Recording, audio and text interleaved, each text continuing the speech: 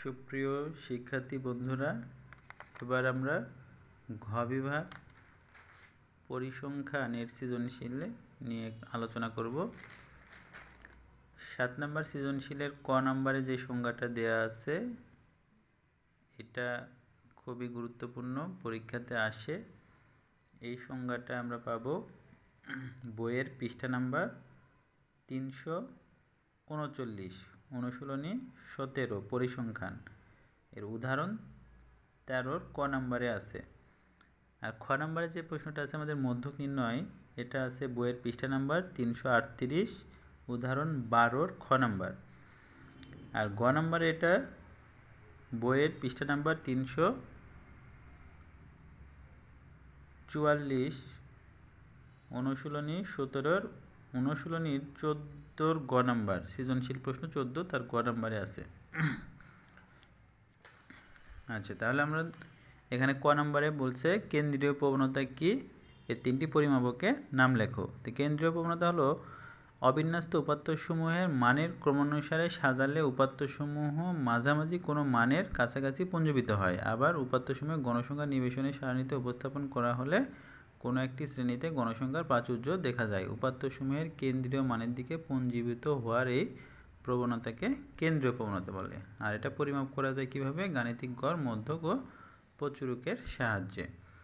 অর্থাৎ একটা ক্লাসে যদি পরীক্ষা নেওয়া হয়, 20 জন শিক্ষার্থী যদি থাকে, দেখা যাবে যে 5-6 জন খুব কম নাম্বার পেয়েছে, 5-6 জন খুব বেশি নাম্বার পেয়েছে, আর মাঝখানে যে 10-12 জন এরা দেখা যাবে মাঝের দিকে নাম্বার পেয়েছে। তো এই মাঝের দিকের নাম্বারের পরিমাণটা যে সবসময় পরিসংখ্যানে দেখা যায় যে প্রাচুর্যতা বেশি, অর্থাৎ পরিমাণটা বেশি, মাঝামাঝির পরিমাণটা বেশি।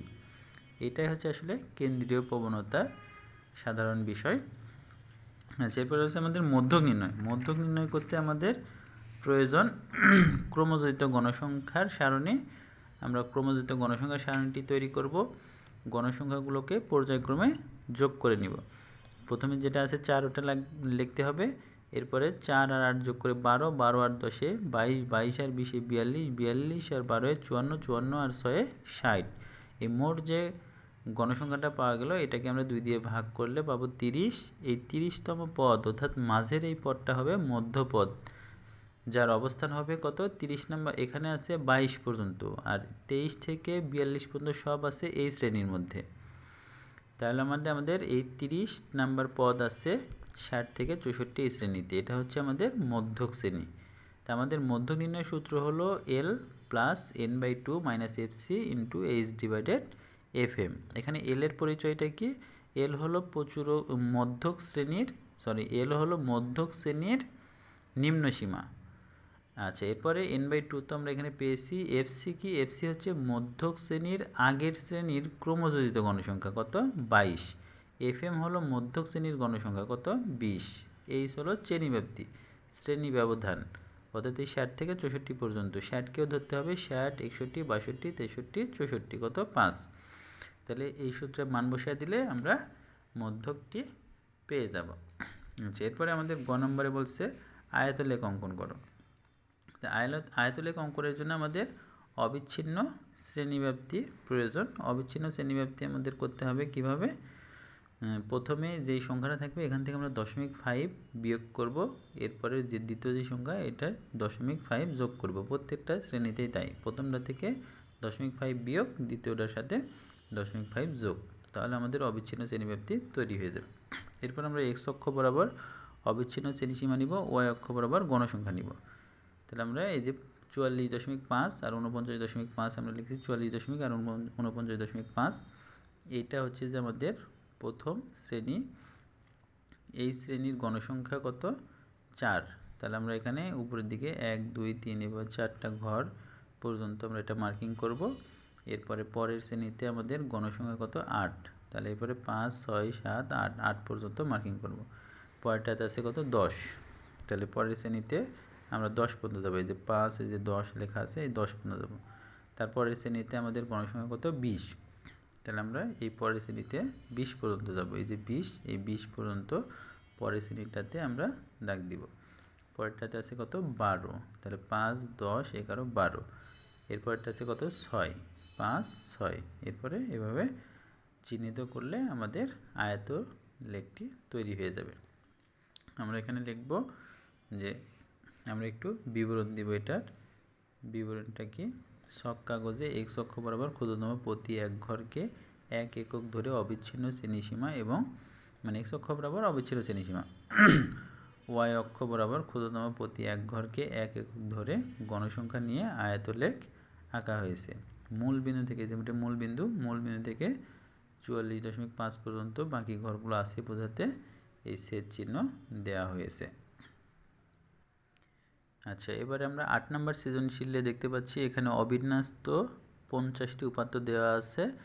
ক নম্বরে বলছে শ্রেণী ব্যবধান 5 ধরে শ্রেণী সংখ্যা নির্ণয় করো। তো এটা আমাদের বইয়ের 327 পৃষ্ঠা উদাহরণ 2-এ কীভাবে শ্রেণী ব্যবধান ধরে সারণী তৈরি করতে হয় সেটা দেয়া আছে।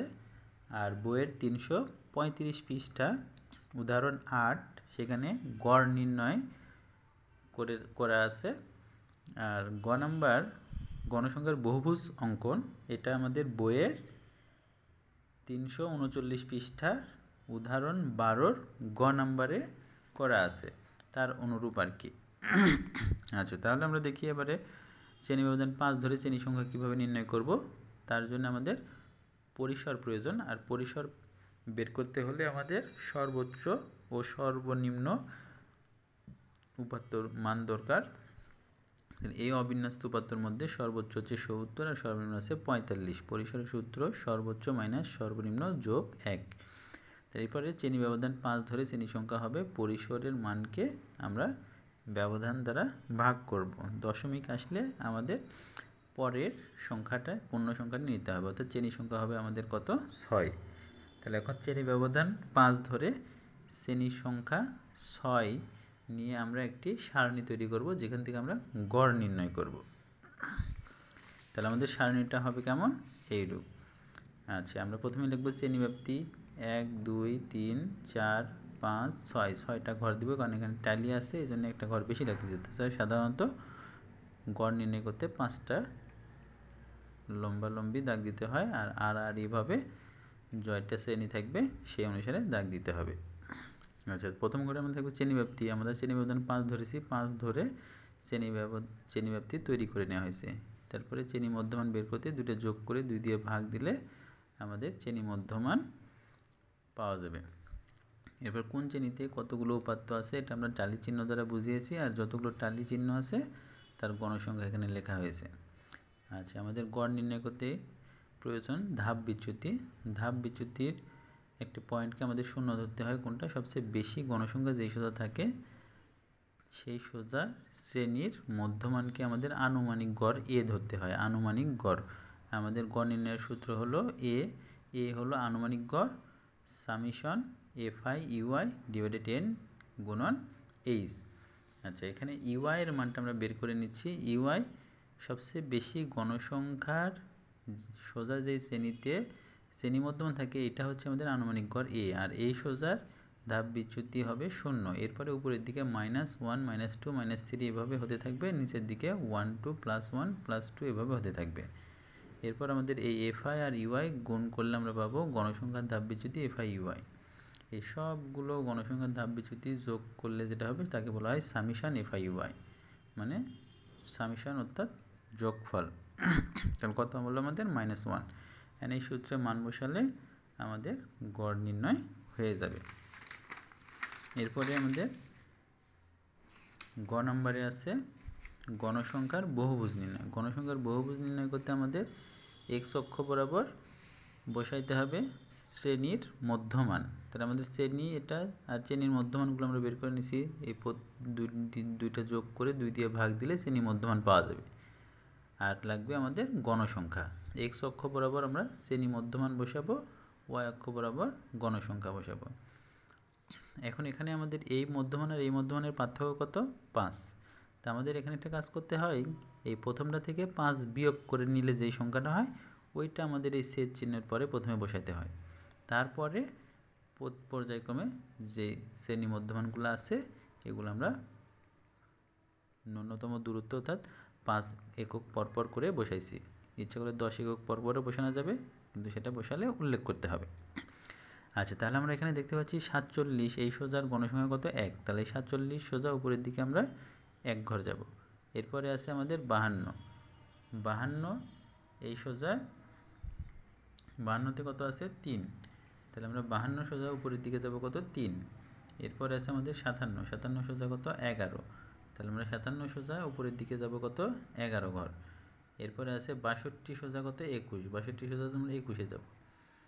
এরপরে 67 সোজা আছে কত? 9। 67 9। এরপরে 72-এর গণসংখ্যা কত?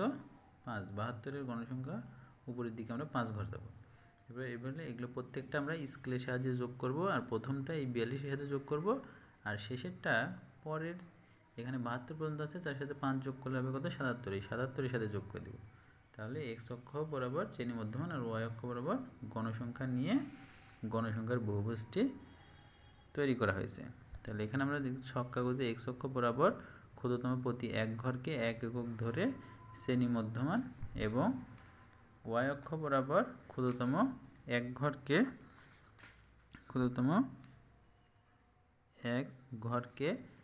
1 একক ধরে গণসংখ্যা বহুভুজ আঁকা হয়েছে।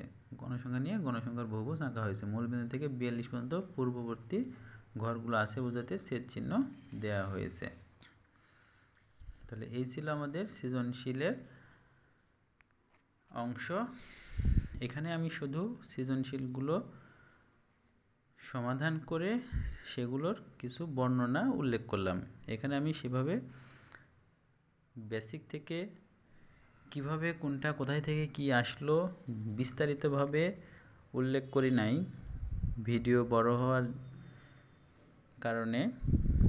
যদি কোনো প্রশ্ন কারো বুঝতে সমস্যা হয়, যে কোনো সৃজনশীলের যে কোনো নাম্বার, তাহলে কমেন্ট করলে আমি সেটা সম্পর্কে আরও বিস্তারিতভাবে বুঝিয়ে দিব। তখন সেটা একদম খুবই সহজ মনে হবে, খুবই সহজ, কোনো টেনশন নাই। যে কোনোটা বুঝতে না পারলে শুধু কমেন্টে লিখলেই হবে। তাহলে ধন্যবাদ। এবারে আমরা শুরু করব সংক্ষিপ্ত প্রশ্ন।